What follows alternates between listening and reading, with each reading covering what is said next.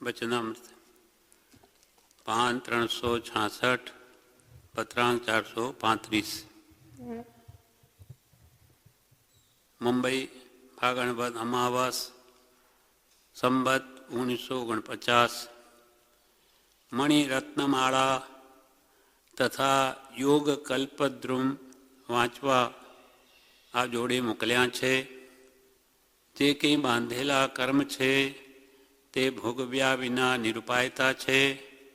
ચિંતા રહિત પરિણામે જે કંઈ ઉદય આવે તે વેદવું એવો શ્રી તીર્થંકરાદિ જ્ઞાનીઓનો ઉપદેશ છે. વાલ કહે છે મણિરત્નમાળા અને યોગ કલ્પદ્રુમ વાંચવા માટે મોકલ્યા છે. બાંધેલા જે કર્મ છે તે તો ભોગવ્યા વિના છૂટકો જ નથી, એનો કોઈ બીજો ઉપાય નથી. જ્યાં નિરુપાયતા છે ત્યાં સહનશીલતા કર્તવ્ય છે. અને ચિંતા રહિત પરિણામે કોઈ જાતને વિકલ્પ ચિંતા કર્યા વગર જે કંઈ ઉદય આવે તે બેદવું, શુભ કે અશુભ, શુભમાંય છકી ન જવું અને દુઃખમાં પણ શોકિત ન થવું એવો શ્રી તીર્થંકરાદિ જ્ઞાનીઓનો ઉપદેશ છે. કૃપાલ અમે એકલા નથી કહેતા, તીર્થંકર આદિમાં તો બધા આવી ગયા. અનંતર તીર્થંકરો જ્ઞાનીઓ બધાનો આ જ ઉપદેશ છે કે જે કંઈ કર્મ ઉદય આવે સમતાવે ભોગવીને તેથી છૂટી જવું, નવા ન બાંધવા. કેમ કે સંબર અને નિર્જરા એ જ મોક્ષનો ઉપાય છે. સંબર, નિર્જરા અને મોક્ષ આ ત્રણ ઉપાદેય છે. અને આશ્રવ બંધ એ સંસારનો માર્ગ છે, માટે હે છે ત્યાગવા યોગી છે. તો કે જે કંઈ ઉદય આવે બસ સંભાવે ભોગવી લો. પ્રભુશ્રી વારંવાર એક જ શબ્દ કહેતા, પ્રભુ ખમી ખૂંદો, સહન કરો. ન ગમે ન જ ગમે અને અનાદિ અશાતા નથી ગમતી તો પછી હવે ભવિષ્યમાં ધ્યાન રાખો, પણ નવી આવી આવ્યા છે એને તો ક્ષમતાએ ભોગવીને એને પૂરા કરી લો. નવાને બાંધો, તેનું નામ સંવર. નવાને બાંધવા તે સંવર. અને જ્ઞાન ધ્યાનથી બંધાયેલાને છોડાવવા, વિશેષ ખેરવી નાખવા તે છે નિર્જરા. એનાથી જીવનો મોક્ષ થાય. નહીં તો દવા આશ્રવ કર્યા જ કરે તો ક્યારે છૂટે? એને લઈને ચાર ગતિ સંસાર ચાલે છે. જ્યાં સુધી જીવ જ્ઞાન ધ્યાનથી અથવા ઉપયોગ એ જ સાધના છે, ઉપયોગ એ જ ધર્મ છે. ઉપયોગ રાખીને નવા ન બાંધે તો જ એ છૂટી શકે. મણિરત્નવાળા વાંચતા હતા, એમાં ગાથાઓ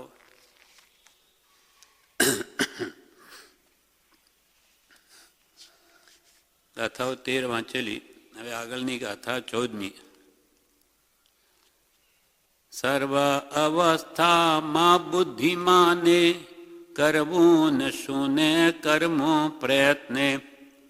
સર્વ અવસ્થામાં બુદ્ધિમાને શું તો કરવું અને શું ન કરવું, પ્રયત્નપૂર્વક પુરુષાર્થ કરીને પણ બુદ્ધિમાન પુરુષે શું ન કરવું અને શું કરવું.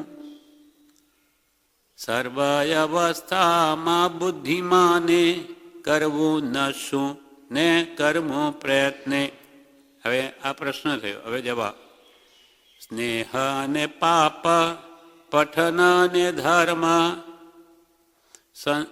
શું કરવું શું ન કરવું? પહેલાં કરવું ન શું? તો કે સ્નેહ ન કરવું, કોઈથી રાગ ન કરવો, મોહ નહીં કરવો, પ્રેમ નહીં કરવો સંસાર દ્રષ્ટિ. કેમ કે એ સર્વ દુઃખનું મૂળ છે. સ્નેહ અને પાપ જેવા થાય જેથી આત્માને બંધન થાય, અને રાગ પણ એવો આગ જેવો છે કે કોઈના પ્રત્યે થઈ ગયો તો પછી એ આખી જિંદગી દુઃખ આપે. એટલે બ્રહ્મચારીજીએ આ વિમબેનને લખી આપેલું એક કાગળમાં કે પ્રિય કર્યો ના કોઈ જન, પ્રિય કર્યો ના કોઈ જન ત્યાં સુધી સુખી ગણાય.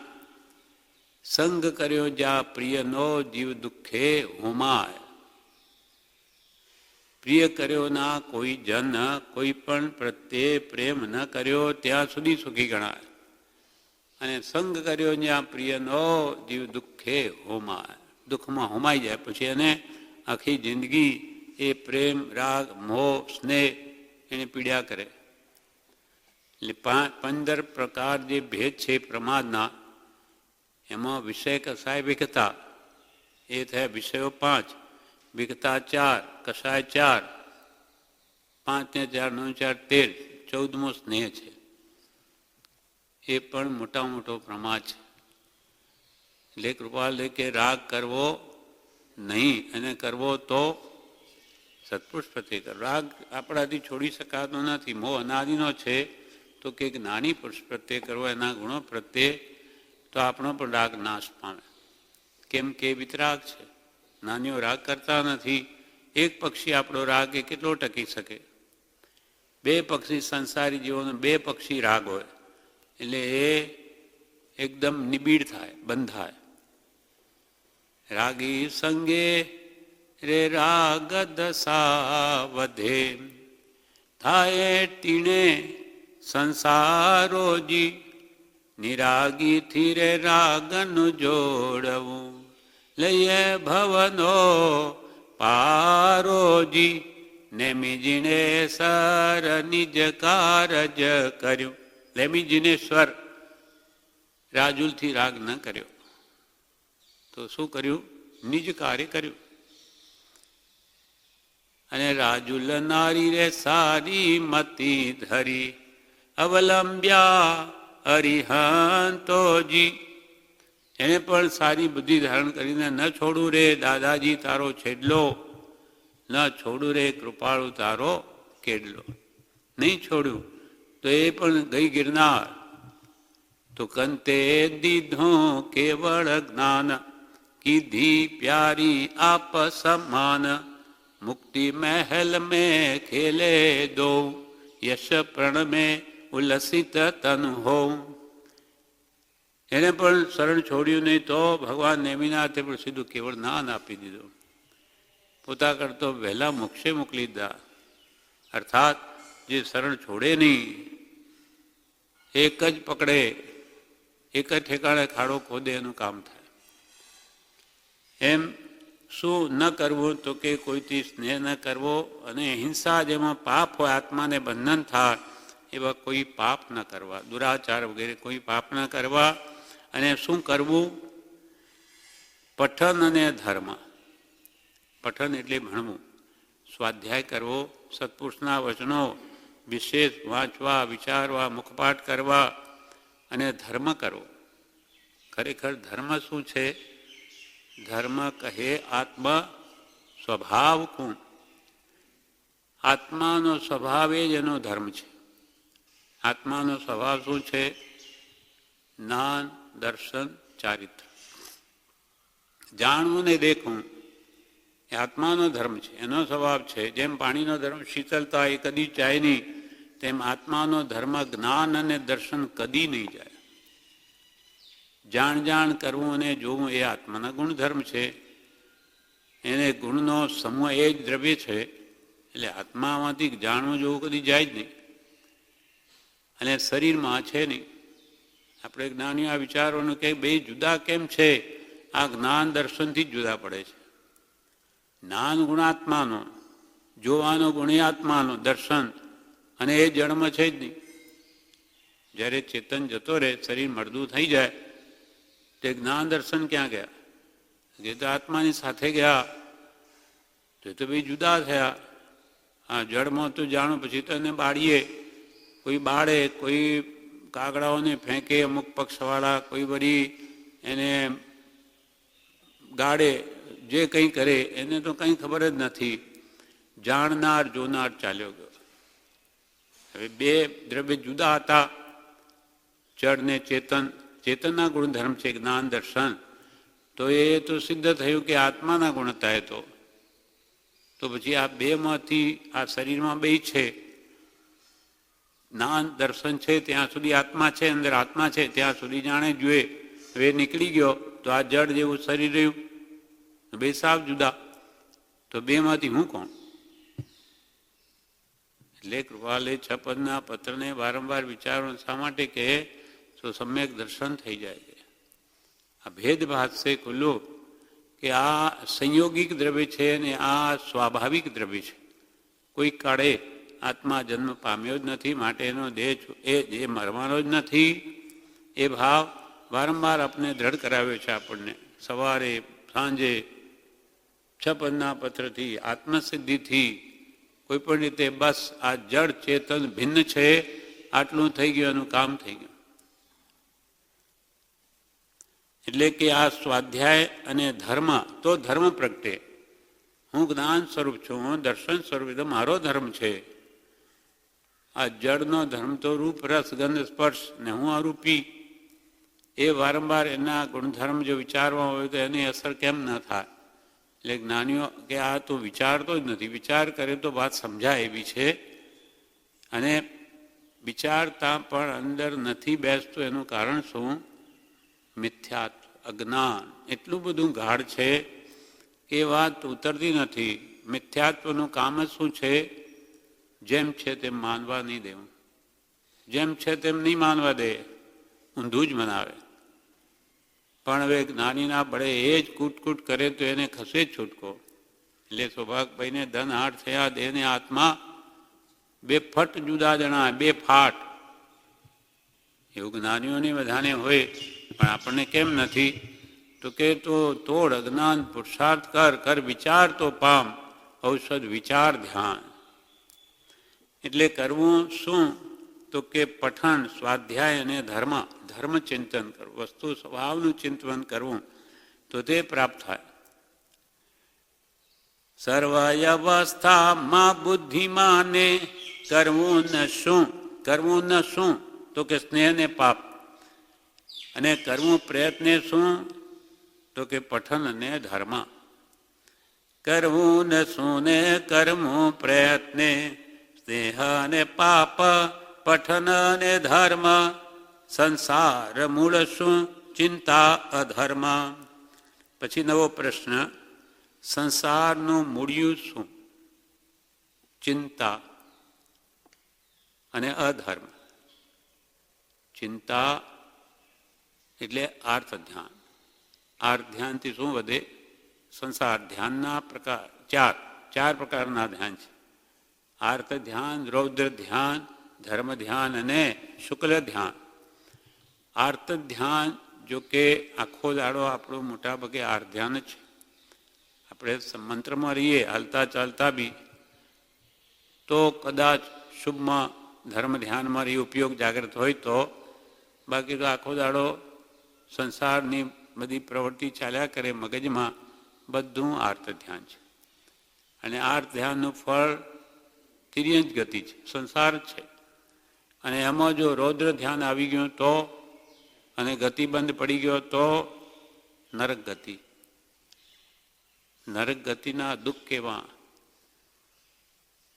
કે એક દ્રશ્ય બતાવ્યું તો હૃદય ફાટી જાય. ત્યાંના નારકીઓને કે છે અહીંયા લાવીને આપણા ગેસની અગ્નિ પર સુવડાવી દીધા હોય ને તો એને ઊંઘ આવી જાય, સૂઈ જાય આરામથી. ત્યાંની ગરમી અને આપણી આ ગરમી એના કંઈ વિસાતમાં નથી. આપણને આ ગરમી લાગે, નાની આ કંઈ ગરમી છે તો લાખ અમણનો ગોળો લોખંડનો ઉપરથી નાખ્યો હોય, એ જમીને અડે નહીં એના પહેલાં તો એ એકદમ પાણી પાણી થઈ જાય. એટલે નીચેની નળકોમાં ઠંડી એટલી કે જ ગોળો નાખ્યો ઉપરથી એને ટુકડા ટુકડે થઈ જાય. આપણી કલ્પનાની બહાર છે દુઃખ. અને એ દુઃખ કંઈ 5-15 દિવસનું કે મહિનાનું નથી,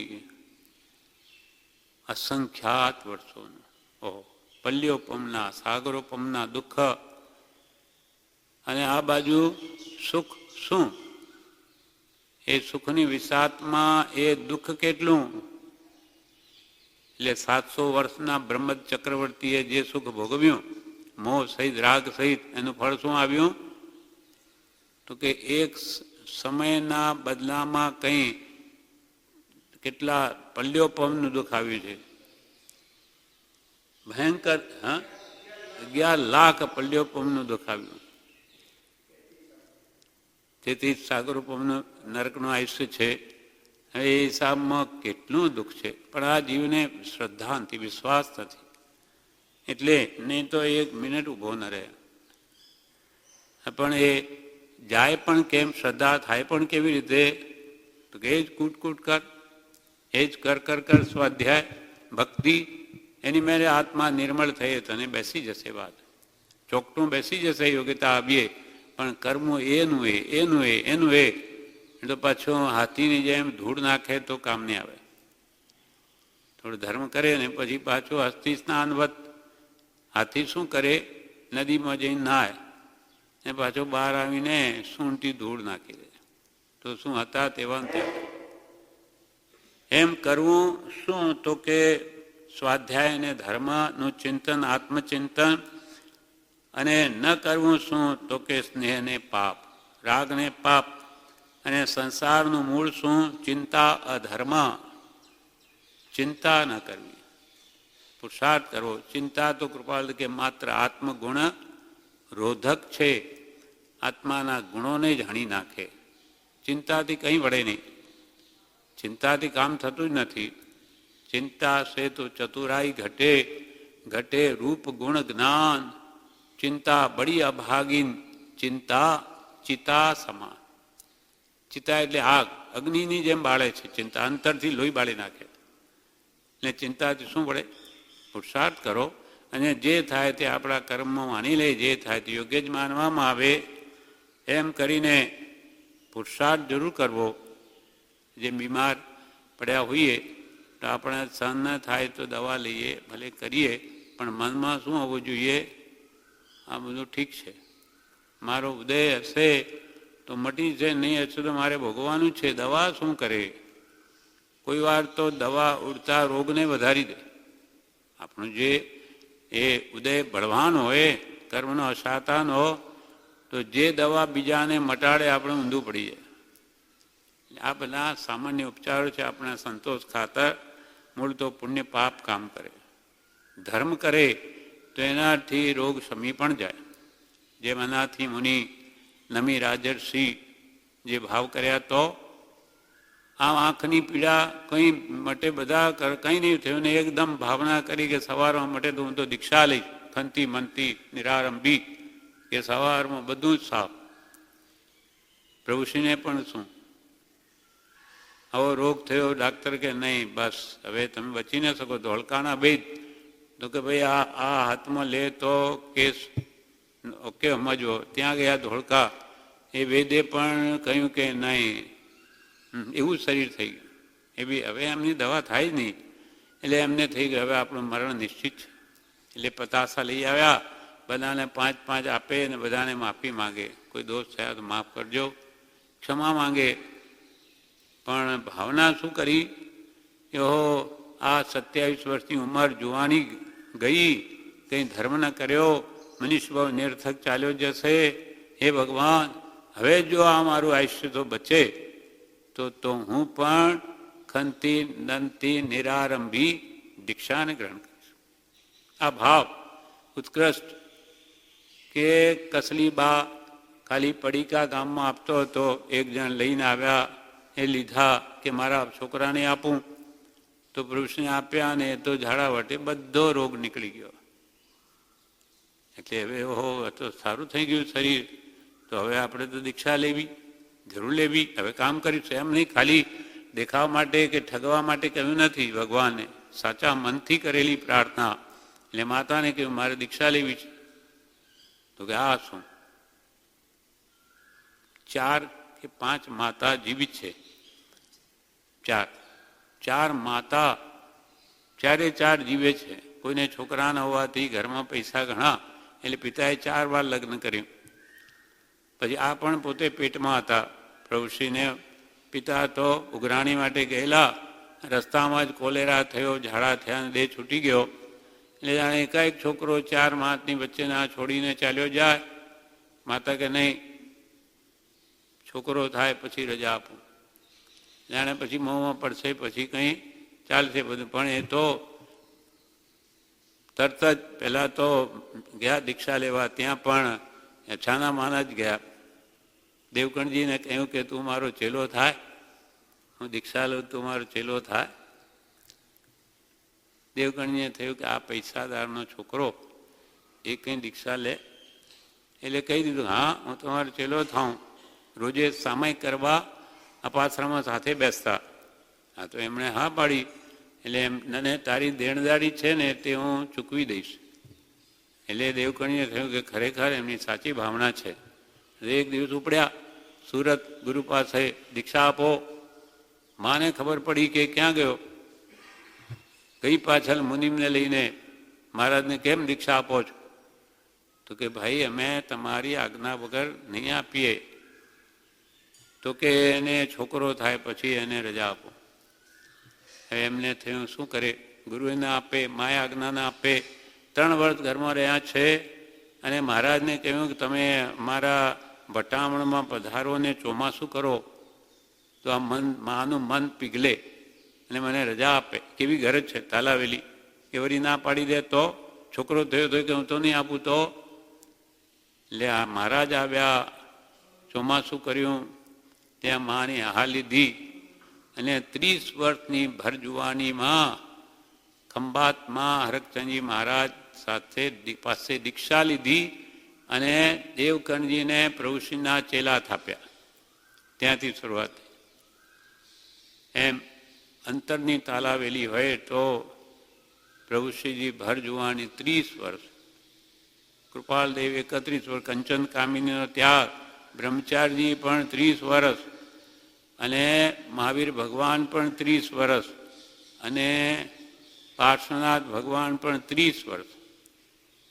યુવા વયનો સર્વસંગ પરિત્યાગ પરમપદને આપે છે. એમ કે છે સંસારનું મૂળ શું? ચિંતા અધર્મ. હવે આગળની ગાથા 15માં કે છે નાનીમાં કોણ છે નાની મોટો, નાનીમાં કોણ છે નાની મોટો, નારી પિશાચીથી ન છેતરાતો. નાનીમાં મોટો જ્ઞાની કોણ? તો કે જે નારી રૂપ પિશાચી એટલે રાક્ષસી. કેવી ઉપમા આપે જ્ઞાનીઓ. નારી રૂપ રાક્ષસીથી જે ન છેતરાય તે જ જ્ઞાનીમાં મોટો જ્ઞાની છે. નાનીમાં કોણ છે જ્ઞાની મોટો, નારી પિશાચીથી ન છેતરાતો. પ્રાણીને બેડી કઈ છે વનિતા, દિવ્ય નિયમ શું કરવી નદીનતા. કહેવાનો આશય જ્ઞાનીઓને શા માટે છે? ઘણા મહાપુરુષોએ આ સ્ત્રીનો આવી રીતે કહેવામાં કારણ આ છે કે સૌથી પુરુષને કે સ્ત્રીને મોહનું કારણ પરસ્પર એકબીજા છે અને એનાથી સંસાર છે વધે છે. આ સગળા સંસારની રમણી નાયકરૂપ એ ત્યાગીઓ બધું કેવળ શોક સ્વરૂપ. ત્યાંથી સંસારની શરૂઆત છે. એટલે કે એનાથી જે ન છેતરાય તે જ ખરો જ્ઞાની, અંતરથી પણ નહીં. જેમ કૃપાલદેવ પોતે કહ્યું કે નિરખીને નવ યૌવના લેશ ન વિષય નિદાન, ગણે કાષ્ટની પૂતળી, લાકડાની પૂતળી સમાન ગણે તેની વાત છે, તે ભગવાન સમાન. એટલે આ સામાન્ય વાત નથી. મનથી પણ જેને ત્યાગ કરે તે જ સાચો બ્રહ્મચારી છે. તેમ તે જ જ્ઞાની થવાનો. કાળે કરીને જો મનથી આત્માર્થે ત્યાગ છે તો. પ્રાણીને બેડી કઈ છે, પ્રાણીને બેડી કઈ છે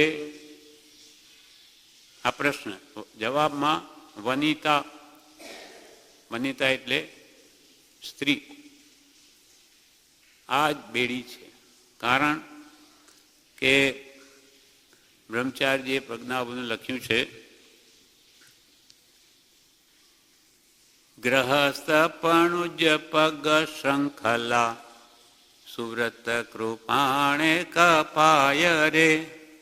ગ્રહસ્થપણું છે તે પગ શૃંખલા, શૃંખલા એટલે સાંકળ, પગમાં સાંકળ જેવી છે. આ ગ્રસ્તપણું એ એને બાંધી દે છે.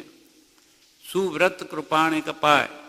સુવ્રત સમ્યક વ્રત જ્ઞાની પુરુષની આજ્ઞાનું આરાધનથી જીવ કરે તો જ એ ગ્રસ્તપણું કપાય, એનો મોહ છૂટે. તેવું બીજું કૃપાલે ગાથા લખી છે. કેદ બ્રહ્મચારી પ્રજ્ઞાબોધમાં કેદ સમોગ્રહવાસ ગણ પગ બેડી નિજનાર સ્વજન સિપાહી સાચવે સંકટ રૂપ આહાર. કેદ સમોગ્રહવાસ ગણ, ઘરમાં બસવું એટલે કે ગ્રસ્તપણું તે કેદ સમાન છે જ્ઞાનીઓની દ્રષ્ટિએ. સંસારી જીવને મોહવશ એ ભલે સુખરૂપ લાગતું હોય પણ જ્ઞાનીઓ તો એને કેદ સમાન કે છે. કેદ સમો ગ્રહવાસ ગણ પગ બેડી નિજનાર.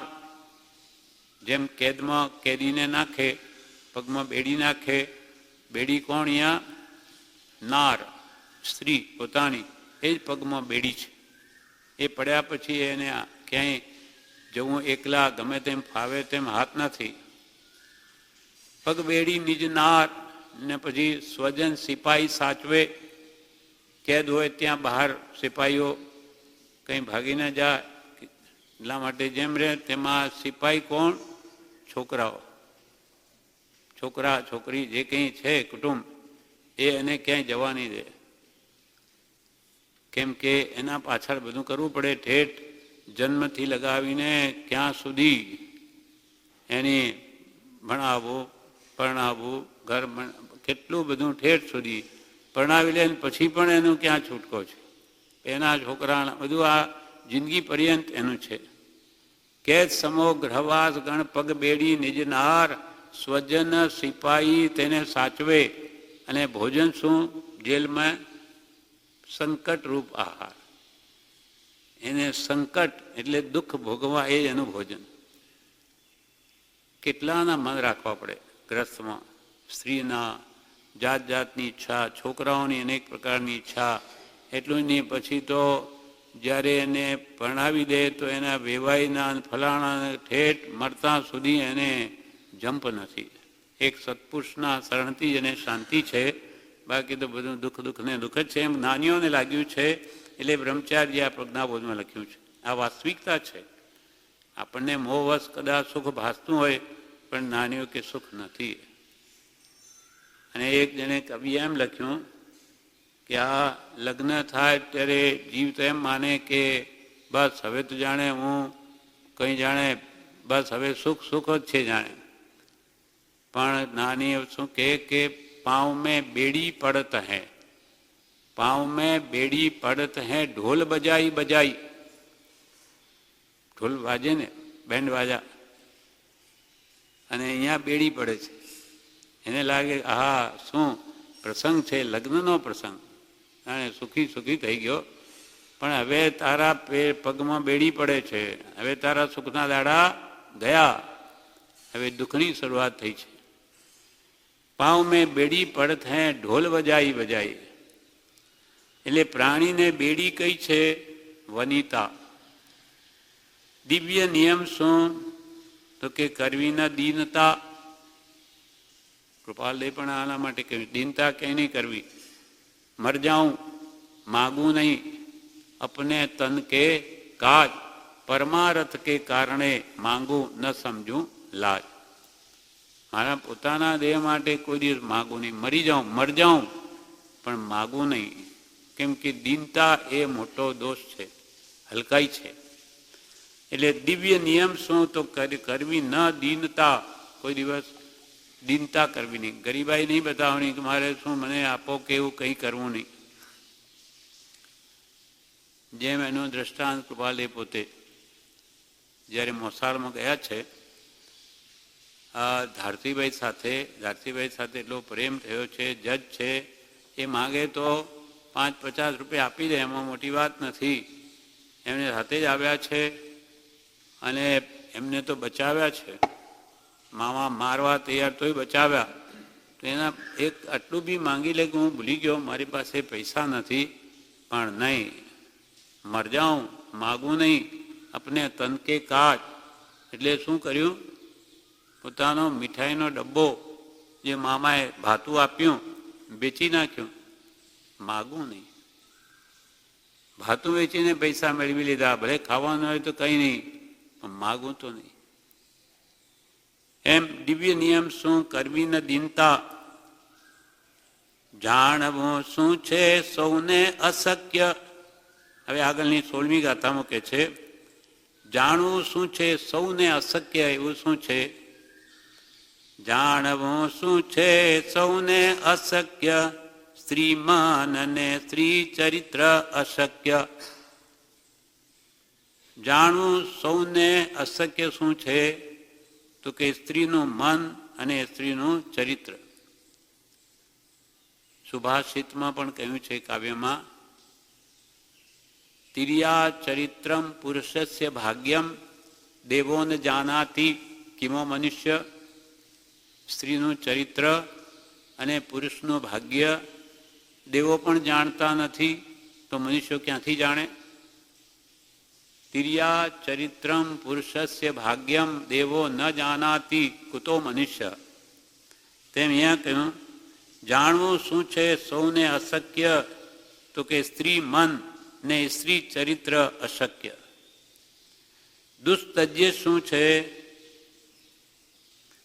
કૃપાલદે તો વળી એનાથી બીજું લખ્યું છે કે સ્ત્રીનું આવું છે, પુરુષ પણ ઓછો નથી, કે પુરુષનું ચરિત્ર પણ ઓછું નથી. કૃપાલદે એવું એક વાક્ય લખ્યું છે, યાદ નથી.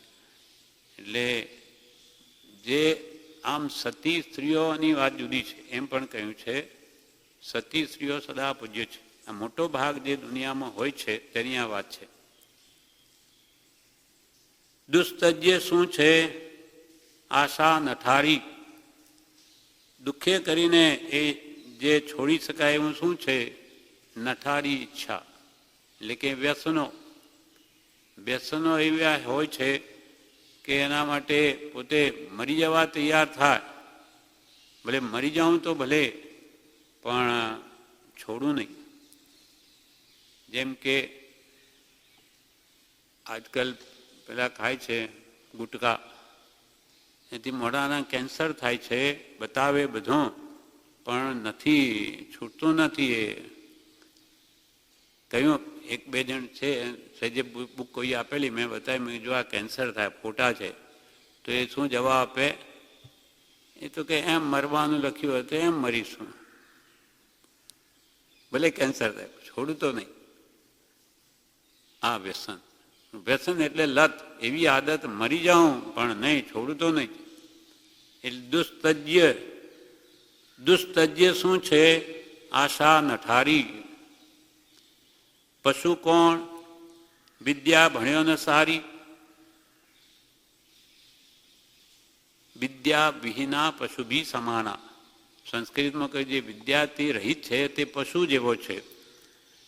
જેમ પશુને વિવેક નથી, તે વિદ્યાને ભણ્યો હોય તો માણસને પણ વિવેક ન હોય, મારે શું કરવું શું ન કરવું.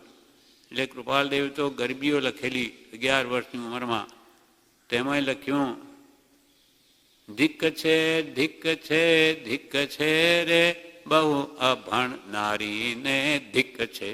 ધિકાર છે ધિકાર છે, અભણ નારીને ધિક્ક છે. પશુ ધિક્ક છે ધિક્ક છે ધિક્ક છે રે બહુ અભણ નારીને ધિક્ક છે. ભણ્યા વિના છે પશુ સમાનિક. ભણ્યા વિના છે પશુ સમાનિક. ભણ્યાથી ઠીક અધિક છે રે બહુ અભણ નારીને ધિક્ક છે. જે ભણ્યાથી એને પશુ જેવું છે, એને શું કંઈ જ્ઞાન મેળવી શકે નહીં. એટલે કે છે પશુ કોણ? જે વિદ્યા ભણ્યો ને સારી. અહીંયા સારીની વાત છે. આજે વિદ્યા તો બધા ભણે, પણ એ વિદ્યા કેવી? આત્મસિદ્ધિથી ભ્રષ્ટ કરે જેવી. જ્યારે કૃપાલ કે બધા આત્મસિદ્ધિ ભ્રષ્ટ થાય એટલે આ મોક્ષમાળા લખી કે એને કોઈક ઠેકાણે આવે. એટલે બીજું પણ સાથે વિદ્યા કઈ કઈ? તો કે સા વિદ્યા, તે જ સાચી વિદ્યા. સા વિદ્યા એ વિમુક્ત. વિશેષ પ્રકારે જીવને સંસારના દુઃખોથી છોડાવે તે જ સાચી વિદ્યા. બીજી વિદ્યા જ્ઞાનીઓ ઘણી જ નથી.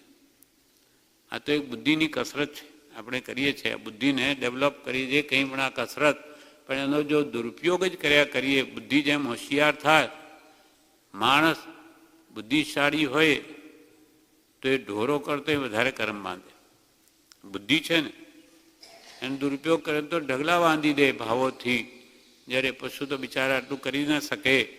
એટલે વિદ્યા તો તે જ સાચી કે જે મોક્ષ આપે. સા વિદ્યાયા વિમુક્ત. પશુ કોણ? વિદ્યા ભણ્યો ને સારી. જાણવું શું છે સૌને અશક્ય, શ્રીમાન ને સ્ત્રી ચરિત્ર અશક્ય. દુસ્તજ્ય શું છે આશા ન ઠારી, પશુ કોણ વિદ્યા ભણ્યો ન સારી. કરવો નવાસ સંગ કેનો કેનો, પાપી મૂર્ખ દુષ્ટ નીચ હોય તેનો. કરવો ન વાસ, કોઈની સાથે રહેવું પણ નહીં, સંગ પણ ન કરવો. કેનો કેનો ન કરવો? પાપીનો. પાપમય જેની બુદ્ધિ હોય, દુરાચારી હોય તેનો. મૂર્ખનો, મૂર્ખાઈ કરે આપણને મરાવી દે. અને દુષ્ટનો, દુષ્ટ કદી દુષ્ટતા છોડે નહીં.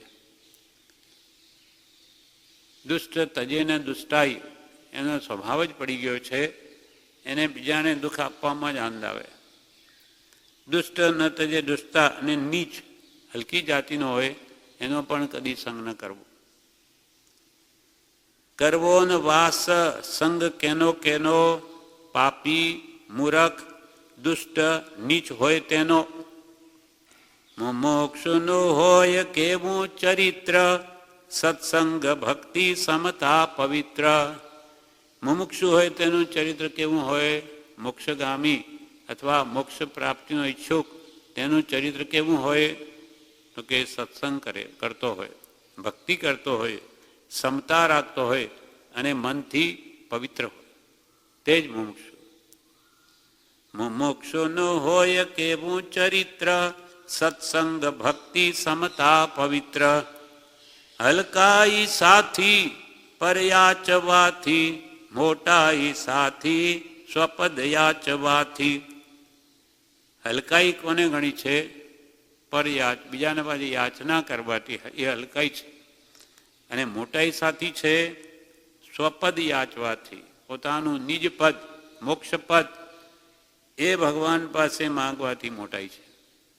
પણ મને પૈસા આપો, પુત્ર આપો, ધન આપો, એ નહીં, કે સ્વર્ગ આપો, એ મોટાઈ નથી. હલકાઈ સાથી પરયાચવાથી, મોટાઈ સાથી સ્વપદ યાચવાથી. જન્મ્યો ખરો કોણ ફરી ન જન્મતો, મર્યો ખરો કોણ ફરી જે ન મરતો. ખરેખર જન્મ્યો કોણ કહેવાય? ફરી ન જન્મતો. કૃપાલદેવ જેવાનો જન્મ સફળ છે. કૃપાલ કે અમારે ફરી બીજી માં કરવી નથી, લેવો નથી પુનર્જન્મ, એવી જે દ્રઢતા ધરે. રાજચંદ્ર ગુરુ એવા સેવવા મન આદરે. જેને પુનર્જન્મ લેવો જ નથી. કૃપાલ કે અમારે ફરી જન્મવાની નિશ્ચલ પ્રતિજ્ઞા છે, ફરી જન્મ લેવાની. તો કે પ્રતિજ્ઞા લીધીને એક બાજુ તમે કહો છો કે તેથી દેહ જ ધારીને જાશું સ્વરૂપ સ્વદેશ. એટલે કે અમારે જો કર્મ અમારે લેવો નથી, મનથી અમારે જન્મવું જ નથી. કેમ કે બધા દુઃખ જન્મથી છે. આપણે ડરીએ છીએ મરણથી, જ્ઞાનીઓ ડરે તે જન્મથી. એ તો કે આ જન્મ છે તો મરણ છે, જન્મ ન હોય તો મરણ શું?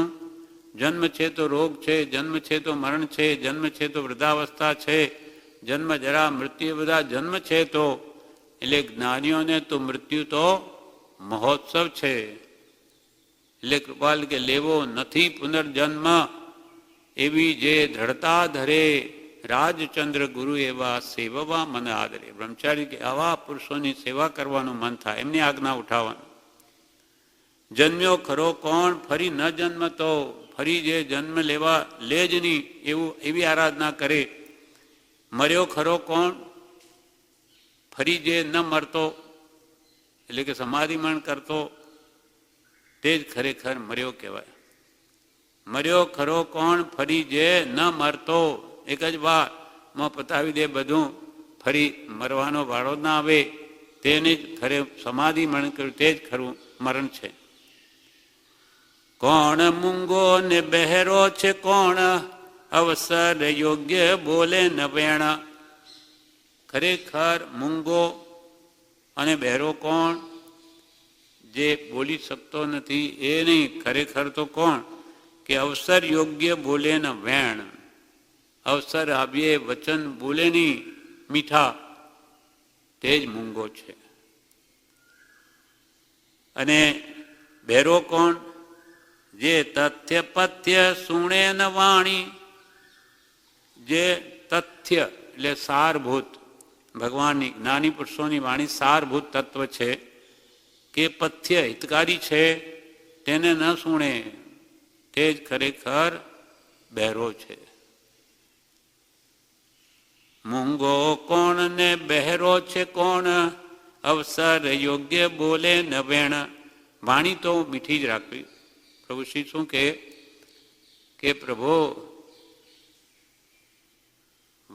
વાણીમાં તો મીઠાશ જ જોઈએ. પ્રભુ કે બોલવામાં કંઈ ટકા લાગે છે, મીઠી વાણી બોલીએ, કોઈને શાંતિ ઉપજે એવી, ભલું થાય એવી, તો પ્રભુ એમાં કંઈ ટકા આપવા પડે છે કે ભાઈ કોઈનું કંઈ મીઠું બોલીએ ભલું શાંતિ ઉપજે એવું તો પૈસા આપવા પડે એવું તો છે નહીં.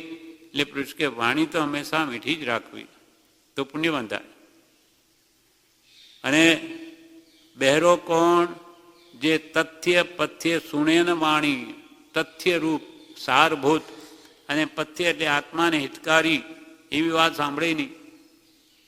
નાનીની બધી વાત આત્માને હિતકારી હોય પણ એમાં રુચિ ન હોય, ગમતું ન હોય. અને સાર તો નાની પુરુષા વાણીમાં જ છે, બાકી બધું અસાર સંસારની વાણી તો બધી મોહમયી છે, આત્માને અહિતકારી છે, એમાં જીવને પ્રીતિ છે. સંસારી સંગીત ગાયનો આ ટીવી વગેરેમાં શું છે, બધું અપથ્ય છે અને આ તથ્યવાળી વાત જ નથી, બધું અસારભૂત છે. વિશ્વાસ પાત્ર નહીં કોણ, વળી પાછું કહ્યું વિશ્વાસ પાત્ર કોણ નહીં, નારી. વારંવાર નારીની વાત આવે, કેમ કે ન હરી એના જેવો કોઈ શત્રુ નથી પુરુષ માટે. સ્ત્રી માટે પુરુષ શાના કારણે મોહ. મોહ બહુ બળવાન સર્વે કર્મોમાં, મૃત્યુ ભય એના પ્રભાવે. અને આ મોહની ઉપમા કૃપાલદેવે કોના સાથે આપી? સ્વયં ભૂ રમણ સમુદ્ર.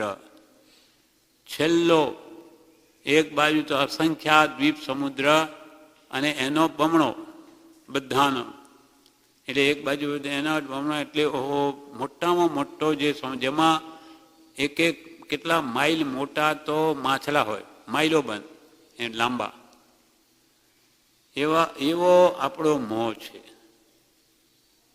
મોહ એટલે રાગ, પ્રેમ, આસક્તિ સંસાર પ્રત્યે. અને એ આપણને નારી પ્રત્યે કે પુત્ર પ્રત્યે કે માન મોટાઈ પ્રત્યે કે ધન પ્રત્યે એ જે છે તે મહાન છે, પણ સૌથી મોહ નારી પ્રત્યે વિશેષ હોય છે, પુરુષને અને સ્ત્રીને પુરુષ પ્રત્યે. એટલે એનું કહ્યું હશે, એટલે કહ્યું. પણ મોટા ભાગે જેમ છે એમ જ કહેવાય. કોઈક વિરલા કોઈ સત્પુરુષના આશ્રિત હોય, એનો મોહ ઘટ્યો હોય, એ તો કેટલા અસંખ્ય કરોડો જીવ છે, એમાં કેટલા બહુ જ થોડા નહીવત, એટલે મોટો ભાગ જે હોય જ કહેવાય. વિશ્વાસ પાત્ર, હા અહીંયા પૂર્વસરમાં કહ્યું મોહ સ્વયં ભૂ રમણ સમુદ્ર તરી કરી. સ્થિતિ ત્યાં જ્યાં ક્ષીણ મોહ ગુણ સ્થાન જો. અંત સમય ત્યાં પૂર્ણ સ્વરૂપ વિતરાગ થઈ. પ્રગટા હું નિજ કેવળ જ્ઞાન નિધાન જો, અપૂર્વ અવસર એવો ક્યારે આવશે. મો સ્વયંભૂ રમણ સમુદ્ર તરી કરી સ્થિતિ જ્યાં ક્ષીણમો ગુણસ્થાન. ઠેઠ 12મા ગુણસ્થાનના અંતે 12મું ક્ષીણમો ગુણસ્થાન છે. અંત મેં મોહ જાય અને કેવળ જ્ઞાન થાય ત્યાં સુધી પહોંચી ગયા, આખો સમુદ્ર તરીને. ને આપણે એમ જ ડૂબી રહ્યા છે, ગળખાં ખાઈ રહ્યા છે. એટલે ભવ સમુદ્રમાં બુડી રહ્યો છું, ભગવાન મને તારો, પાર ઉતારો, એવી ભગવાન પ્રત્યે પ્રાર્થના કરીએ છીએ. એટલે કે હે ભગવાન, અમારો મોહ ઘટાડો. હવે ગાથા 20મી. તત્વ શું એક શુદ્ધાત્મ તત્વ, ઉત્તમ શું શુદ્ધ સ્વ આત્મચરિત્ર. તત્વ શું એક આત્મતત્વ. બધા તત્વ તો 7 છે: જીવ, અજીવ, આશ્રવ, સંબર, બંધ, મોક્ષ, નિર્જરા. 7 તત્વ. પણ એમાં મુખ્ય તત્વ આત્મતત્વ. આત્માને કાઢી નાખો તો બધું જડ છે. અને પોતે આત્મા છે, માટે આત્માને ઓળખવા માટે 7 તત્વોને જાણવા છે. એમાં પછી વળી પાપ પુણ્ય જુદા ગણીએ તો 9 તત્વ અથવા 9 પદાર્થ થાય. એટલે તત્વ શું એક તત્વ શું શુદ્ધ આત્મ તત્વ. શુદ્ધ આત્માની પ્રાપ્તિ એ જ ખરું તત્વ છે. આત્મા સત, જગત મિથ્યા. બધું ખોટું છે, કેમ કે આ બધું સંયોગિક પદાર્થ છે અને આત્મા તો સ્વભાવે કરીને પદાર્થ છે. એ કોઈ કાળે મિશ્રણથી ઉત્પન્ન થયો નથી, માટે ત્રણેય કાળ એવો ને એવો રહે. અને બીજી બધી વસ્તુઓ તો સંયોગિક છે, માટે બધી નાશ પામવાની. એટલે ખરું તત્વ શુદ્ધ આત્મા તત્વને જે પોતે જ છે, બીજો નથી. પોતે જ ભગવાન સ્વરૂપ છે. પોતા જેવો કૃપાલ કે પ્રભુ, આત્મા જેવો કોઈ દેવ નથી, આત્મા જેવું કોઈ તત્વ નથી. જ્ઞાનીઓ તો એનું જ મહાત્મ્ય છે. કૃપાલ કે એક સમય પણ અમે આત્માને ભૂલતા નથી. એમને એનું મહાત્મ્ય લાગ્યું છે, કેમ કે એમાં એમને અનંત સુખ ભાસ્યું છે. તત્વ શું એક શુદ્ધાત્મ તત્વ, ઉત્તમ શું શુદ્ધ સ્વ આત્મચરિત્ર. ઉત્તમ શું? તો કે પોતાનું ચરિત્ર. પણ ક્યારે ઉત્તમ? શુદ્ધ હોય તો. પોતાનું ચરિત્ર શુદ્ધ હોવું જોઈએ. એમાં પછી મલિનતા હોય કશાયની કે રાગદ્વેષની, તો પછી અશુદ્ધ થઈ જાય. ઉત્તમ શું જગતમાં? શુદ્ધ સ્વ આત્મચરિત્ર. જ્ઞાની પુરુષોના ચરિત્ર શુદ્ધ હોય છે, માટે તે ઉત્તમ છે. ઉત્તમ ક્ષમા, આર્જવ, માર્જવ, સત્ય, શોચ, સંયમ, તપ, ત્યાગ, કિંચન, બ્રહ્મચર્ય. એ 10 ઉત્તમ ગુણો. એ ઉત્તમ શબ્દ જ સમ્યક દ્રષ્ટિને લાગે. સમ્યક દર્શન સહિત ક્ષમા, સમ્યક દર્શન સહિત માર્દવ. માર્દવ એટલે વિનય, આર્જવ એટલે સરળતા. આ માયાનું વિપરીત અને માનનું વિપરીત છે વિનય, માર્દવ. માયાનું વિપરીત સરળતા છે, તે છે આર્જવ. ઉત્તમ ક્ષમા, માર્દવ, આર્જવ, સત્ય, શોચ, સંયમ, તપ, ત્યાગ, અકિંચન, બ્રહ્મચર્ય. આ આત્માના મૂળભૂત ગુણો છે. એટલે આના જ્ઞાન સમ્યક દર્શન સહિત આ બધા ગુણો હોય તો ઉત્તમ છે, મોક્ષ આપનાર છે. એટલે ઉત્તમ શું? શુદ્ધ સ્વાત્મચરિત્ર. શું કાર્ય કરીએ ટળે શોક ચિંતા. એવું કયું કાર્ય કરીએ કે જેથી આપણો શોક ને ચિંતા બધું ટળી જાય? શું કાર્ય કરીએ ટળે શોક ચિંતા, સદગુરુ ભક્તિ પ્રભુ પદ પૂજા. શું કરવું? સદગુરુની ભક્તિ કરવી.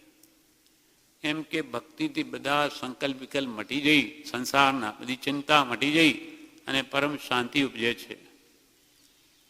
સદગુરુ ભક્તિ અને પ્રભુ પદ પૂજા, પ્રભુની પૂજા કરવી. અને કૃપાલે પણ આ લખ્યું કે પ્રભુ ભક્તિ ત્યાં ઉત્તમ જ્ઞાન, પ્રભુ મેળવવા ગુરુ ભગવાન, ગુરુ ઓળખવા ઘટ વૈરાગ, તે ઉપજવા પૂર્વિક ભાગ્ય, તેમ નહીં તો કઈ સત્સંગ, તેમ નહીં તો કઈ દુઃખરંગ. પ્રભુ ભક્તિ ત્યાં તો ઉત્તમ જ્ઞાન છે. પ્રભુની ભક્તિ આસાન નથી, સરળ નથી. સાચી અંતરની ભક્તિ બહુ દુર્લભ છે. અંતરનો પ્રેમ જો ભગવાન પ્રત્યે જાગે તો પછી પર પ્રેમ પ્રવાહ बढ़े प्रभु से तो सब आगम भेद सुर बसे. અને વહ કેવલ કો બીજ જ્ઞાની કહે, નિજ કો અનુભવ બતલાય દિયા. એટલે દેવચંદ્રજી મહારાજ સંવંતમાં શું કહે ઋષભદેવ ભગવાનના કે પ્રીતિ અનંતી પર થકી જે તોડે તેહ જોડે. હું ભક્તિ કરું તો કે પેલી બાજુ તો કે ક્યાંય ભક્તિ છે, અહીંયા ભક્તિ. સંસારમાં પ્રેમ છે, અહીંયા છે તો કે આ તારો સાચો પ્રેમ નથી. સાચો પ્રેમ તો ત્યાંથી જેટલો અંતરથી આસક્તિ તૂટશે તેટલી અહીંયા લાગશે. કેમ કે પ્રેમ રૂપી મૂડી છે આપણી પાસે, આત્માનો ગુણ છે એ ભક્ત પ્રેમ. હવે એ બધે વેરી નાખેલો છે. થોડો સ્ત્રીમાં પ્રેમ, થોડો પુત્રમાં, થોડો ધનમાં, થોડું માન મોટાઈમાં, એવા અનેક કારણોમાં સંસારમાં થોડી થોડી મૂડી બધે ઇન્વેસ્ટ કરેલી છે. હવે આ નવો બિઝનેસ મળ્યો છે, અહીંયા ઘણો મોટો લાભ થાય એવો છે, પણ મૂડી ત્યાં પડી છે. શું કરવું? તો કે પેલી મૂડી ભેગી કરો તો તમે અહીંયા લગાડી શકો. અહીંયા તમને મોટો લાભ લાગે છે ભગવાનની ભક્તિમાં કે સંસારનો અંત આવી જાય તો પછી એ મૂડીને ભેગી તો કરવી પડશે, છે નહીં બીજી. ને બીજો કોઈ આપણને મૂડી આપે નહીં કે ભાઈ કંઈ નહીં લઈ જા 50 લાખ અહીંયા લગાડી દેજે તું. એ નહીં બને. કોણ આપે? કોઈ નહીં આપે, ભાઈ પણ ના આપે. એટલે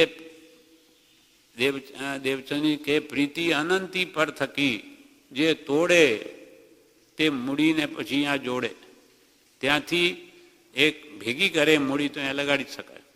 કેમ કે હવે ખબર પડી કે આમાં તો ઘણો મોટો લાભ છે, પણ હવે એ તો પ્રેમ પહેલાંથી બધે વેરી નાખેલો છે તો એ ભેગો કરો તો પછી આ પ્રેમ લગાડો તો બધું જ ઠેઠ કેવળ નાનું બીજ કેટલો મોટું કામકાજ એ તો ઠેઠ સુધી પહોંચાડી દે. એના આગળ તો કરોડો અબજો કંઈ ગણતરીમાં નથી.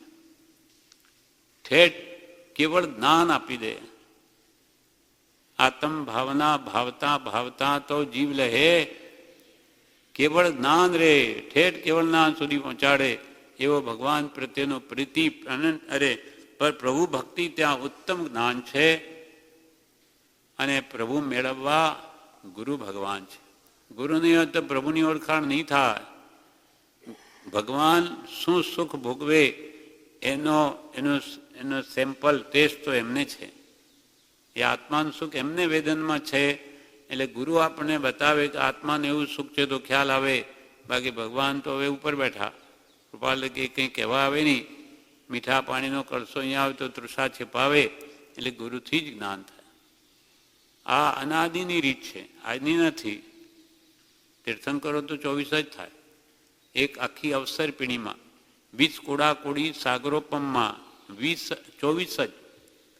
અને કાળ છે અસંખ્યાત વર્ષો. એક ઋષભદેવને અજીતનાથ ભગવાન વચ્ચે જ કેટલું અંતર, તો કે અસંખ્યાત વર્ષોનું. હવે કોણ તારે જીવોને? ભગવાન તો ઋષભદેવ ગયા ત્યારે જ્ઞાની ગુરુઓ જ તીર્થંકર ભગવાનનો આશ્રય લઈને તારે.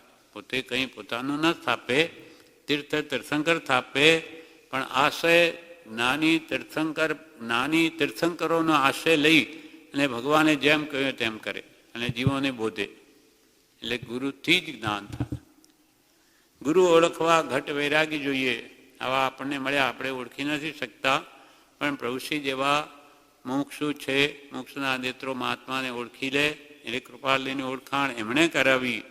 ગુરુ ઓળખવા ઘટ વૈરાગ, તે ઉપજવા તો પૂર્વિક ભાગ્ય. પૂર્વે કંઈ આરાધના કરી હોય તો વૈરાગ ઉપશમ હોય આપણામાં, પણ એ નથી. તે ઉપજવા પૂર્વી તેમ નહીં તો કંઈ સત્સંગ આપણા માટે હવે સત્સંગ આપ્યો, આ કરો તો આ વસ્તુ સમજાશે, તો તમારામાં પણ વૈરાગ ઉપશમ આવશે. તે ઉપજવા પૂર્વિક ભાગ્ય, તેમ નહીં તો કંઈ સત્સંગ, અને તેમ નહીં તો કંઈ દુઃખરંગ. સંસારમાં બધું દુઃખ દુઃખ ને દુઃખ ભાસે અને અહીંયા શાંતિ લાગતી હોય તો અહીંયા આવીને રહે, એમ પણ બને છે. એ સંસારમાં ક્યાંય શાંતિ નથી, અહીંયા સુખ શાંતિ સારી છે, કંઈ નહીં. દુઃખરંગથી પણ આત્મા તરફ જતો હોય ને વસ્તુ પકડાતી હોય તોય કંઈ નહીં, લાભ થાય.